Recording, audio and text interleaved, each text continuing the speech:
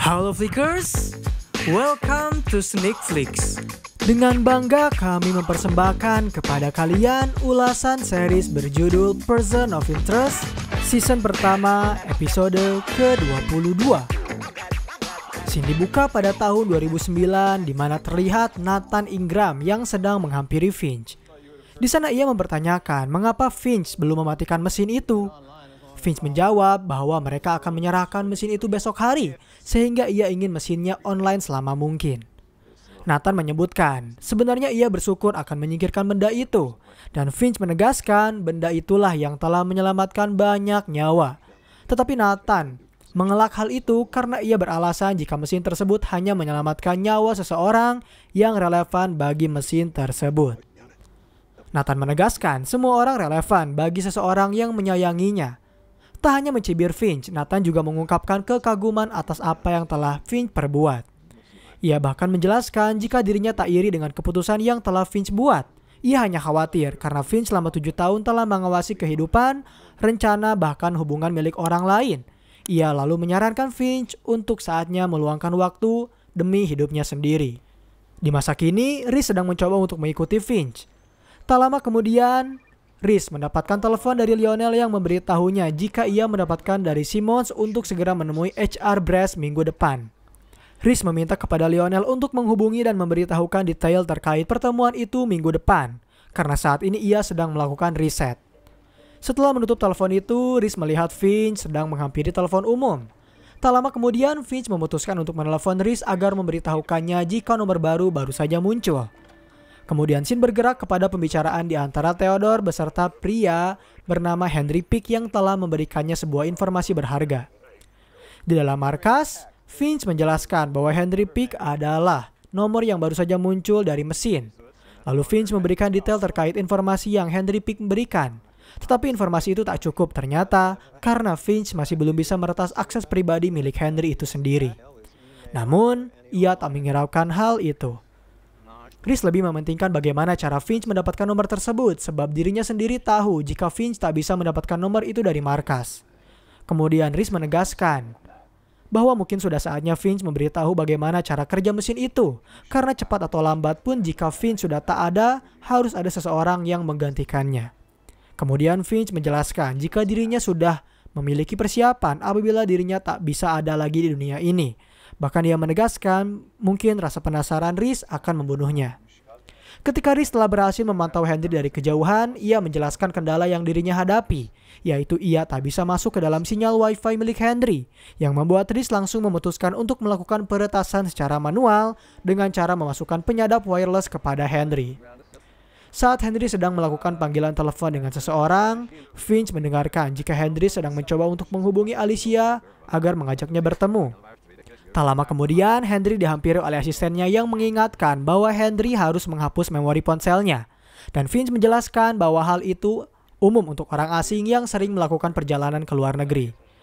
Karena penasaran, Reese mencoba untuk memasuki kantor milik Henry agar bisa memeriksa mengapa dirinya tak bisa meretas ponsel tersebut.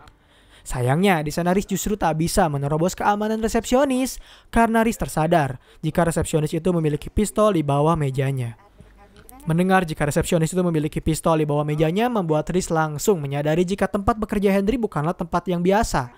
Karena setelah ia browsing lebih lanjut, dirinya tersadar bahwa tempat itu adalah fasilitas penyimpanan informasi sensitif. Lantas Finch mencoba untuk melakukan penyadapan manual kepada Henry dengan memasukkan mesin kopi yang dapat melihat serta mendengarkan apa yang telah Henry lakukan. Pada malam harinya, Reese memutuskan untuk mengamati Henry dari kejauhan. Reese melihat jika telah ada seorang polisi dengan tetangga Henry yang sedang menghampirinya untuk menjelaskan bahwa di dalam apartemen Henry telah ditemukan sekotak narkoba. Melihat hal itu, Reese langsung mempertanyakan bagaimana dengan penyadap yang ada pada Henry. Finch menjawab bahwa telah ada sinyal penyadap lain ternyata, dan tak lama kemudian Reese pun melihat seseorang yang baru saja keluar dari apartemen Henry. Sayangnya Reese tak bisa mengikuti orang itu, sebab orang tersebut dapat menghilang begitu saja dari pandangannya. Reese pun tersadar jika sepertinya Henry telah dijebak oleh seseorang.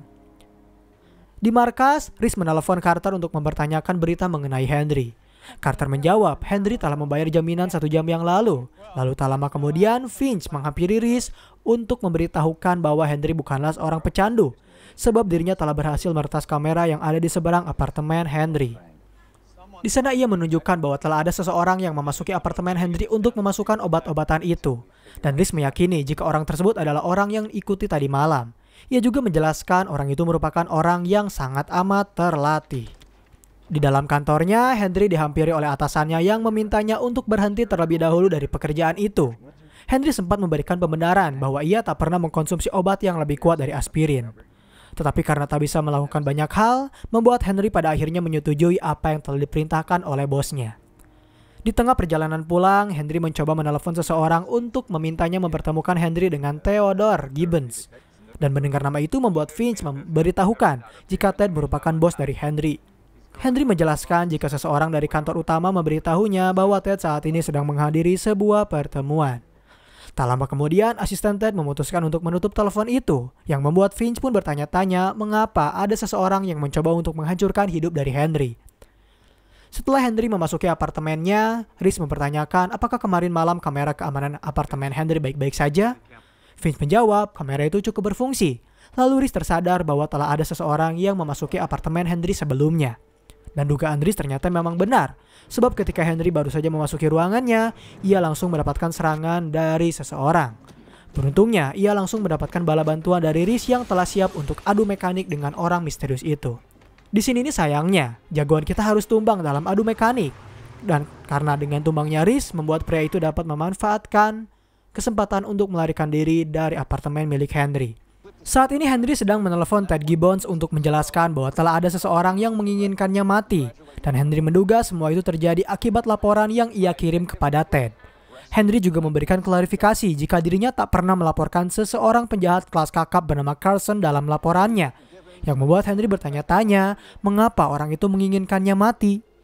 Ted Gibson yang kaget menegaskan kepada Henry agar tak lagi menghubunginya. Lalu tak lama kemudian, Reese menghampiri Finch untuk bertanya terkait apakah semuanya baik-baik saja. Finch menjawab bahwa ia mengetahui siapa yang menginginkan Henry mati, serta ia juga tahu mengapa alasan mereka menginginkan Henry mati, yaitu karena Henry telah menanyakan tentang mesin buatan milik Finch. Pada tahun 2010, Nathan dihampiri oleh Alicia yang terlihat cukup kesal karena telah dilibatkan dalam konspirasi berkelanjutan dalam memata-matai rakyat Amerika. Di sana Nathan menjelaskan bahwa itu adalah suatu cara untuk melindungi rakyat Amerika. Ia juga memberikan sebuah catatan berupa informasi jika pada esok lusa akan ada kereta yang membawa muatan yang mendata manifest perangkat komputer. Nathan pun mempertanyakan apakah Alicia mengalami kendala dalam pekerjaannya. Alicia menjawab hal itu dengan menjelaskan jika mereka telah mendapatkan perintah terkait mesin yang mengidentifikasi tersangka, maka mesin akan dengan segera menyesuaikan kepada orang yang tepat. Lalu Nathan memberitahu jika 8 orang di dunia ini telah mengetahui mesin itu. Dan ketika mendengar hal tersebut membuat Alicia kembali bertanya karena awalnya Nathan hanya menjelaskan jika hanya 7 orang saja yang mengetahui mesin itu. Dan lalu Nathan memberikan pembenaran jika dirinya tak pandai menghitung sehingga ia lupa menjelaskan jika hanya kepada 7 oranglah dirinya memberitahukan mesin itu. Di masa kini, Reese mendapatkan telepon dari Carter yang menjelaskan jika tetangga Henry telah menelpon 911 untuk melaporkan terjadi 2 orang yang berkelahi di apartemen Henry. Finch menjelaskan jika masalah itu telah mereka tangani. Dan ketika mereka tiba di suatu taman, Finch memberitahu bahwa mesin yang mereka gunakan untuk mendapatkan nomor itu merupakan alat yang tak legal. Kemudian Henry mendapatkan telepon dari Alicia, dan Alicia mempertanyakan apakah Henry sedang mencarinya. Henry bertanya apakah ia bisa bertemu dengannya. Dan menanggapi pertanyaan dari Henry, Alicia menjawab jika ia tak bisa bertemu dengan Henry. Kemudian Henry menjelaskan bahwa 2 bulan yang lalu ia telah mengirimkan sebuah laporan ke dalam kantor Alicia. Tetapi Henry baru saja tersadar bahwa kantor Alicia itu telah ditutup 1 tahun yang lalu. Henry juga menjelaskan jika dirinya hanya ingin mengetahui apa yang sedang terjadi, serta ia ingin kehidupannya normal kembali. Namun sayangnya Alicia hanya bisa memberitahukan tentang CB Lens, serta meminta kepada Henry untuk lari. Barulah setelah menutup telepon itu, dengan segera Henry pun melarikan diri. Finch memberitahu jika pertanyaan yang Henry ajukan pada mesin itu adalah seperti sebuah virus, sebab siapapun orang yang Henry ajak bicara bisa saja terbunuh, serta semua hal yang Henry coba ungkap mengenai mesin itu akan membuat mereka kesulitan untuk menyelamatkannya. Rhys lalu menyarankan Finch untuk mencarikan rumah aman bagi Henry. Tetapi Finch menjelaskan bahwa itu tak semudah yang Rhys kira, sebab Henry yang ingin mengetahui tentang mesin harus membuat mereka mau tak mau mendekat kepadanya. Mendengar ocehan Finch membuat Rhys tersadar jika Henry ternyata telah menemukan penyadap itu, serta ia juga telah lolos dari pengawasan Rhys. Di dalam markas, Rhys mendapatkan informasi jika Henry telah mengambil tabungannya serta telah memesan hotel murah di berbagai tempat. Rhys tersadar Henry yang lakukan adalah menyebarkan jejak digital agar bisa membingungkan orang yang melacaknya. Kemudian Rhys menjelaskan mengenai orang yang mengincar Henry, bahwa orang itu adalah pasukan elit yang beranggotakan 3 orang, serta orang-orang itu memiliki peralatan lengkap untuk membunuh seseorang. Di satu sisi, orang yang telah memburu Henry memberitahu atasannya jika ia tak berhasil menangkapnya, serta Henry juga saat ini mempunyai asisten yang memiliki kemampuan seperti dirinya. Karena tak ingin banyak bicara, atasannya meminta kepada anak buahnya itu untuk segera menuntaskan misinya. Kembali ke markas, saat ini Finch telah berhasil menemukan Henry yang baru saja menginap di hotel murah. Di sana Henry telah menggunakan komputer hotel untuk mencari tahu mengenai apa maksud surveillance yang dimaksud oleh Alicia. Namun sayangnya Henry tak dapat menemukan informasi apapun yang membuat Finch menduga Henry akan kembali ke kantornya untuk mencari tahu data surveillance dari sana. Dan ternyata dugaan Finch pun benar karena saat ini Henry sedang mencoba untuk menghampiri kantornya kembali. Dan begitu pula dengan Rhys yang baru saja tiba di kantor Henry.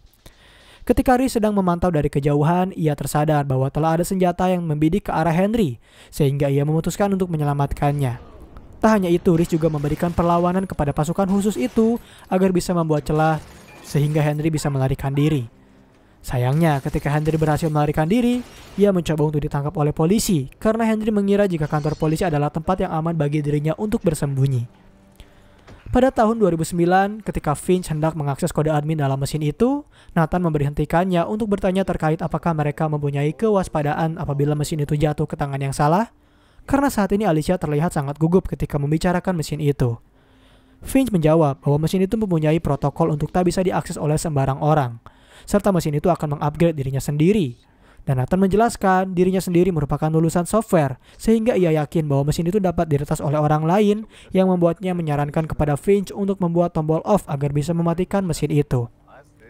Namun Finch menegaskan jika seseorang mengetahui ada tombol off pada mesin tersebut, maka akan membuat situasi lebih buruk. Bahkan ia meminta Nathan untuk mempercayai mesin ciptaannya. Di dalam kantor polisi, Henry mencoba menjelaskan terkait mesin itu kepada Lionel. Yang membuatnya penjelasan diberikan oleh Henry hanya membuat Lionel berpikir jika ia telah kehilangan akalnya. Tak lama kemudian, Henry akhirnya berhasil diselamatkan oleh Rhys yang menyamar menjadi seorang polisi.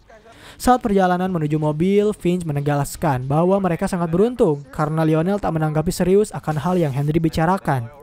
Dan di dalam mobil, Henry mencoba untuk menghubungi seseorang di dalam kantor penasehat hukum untuk melaporkan apa yang telah ia alami.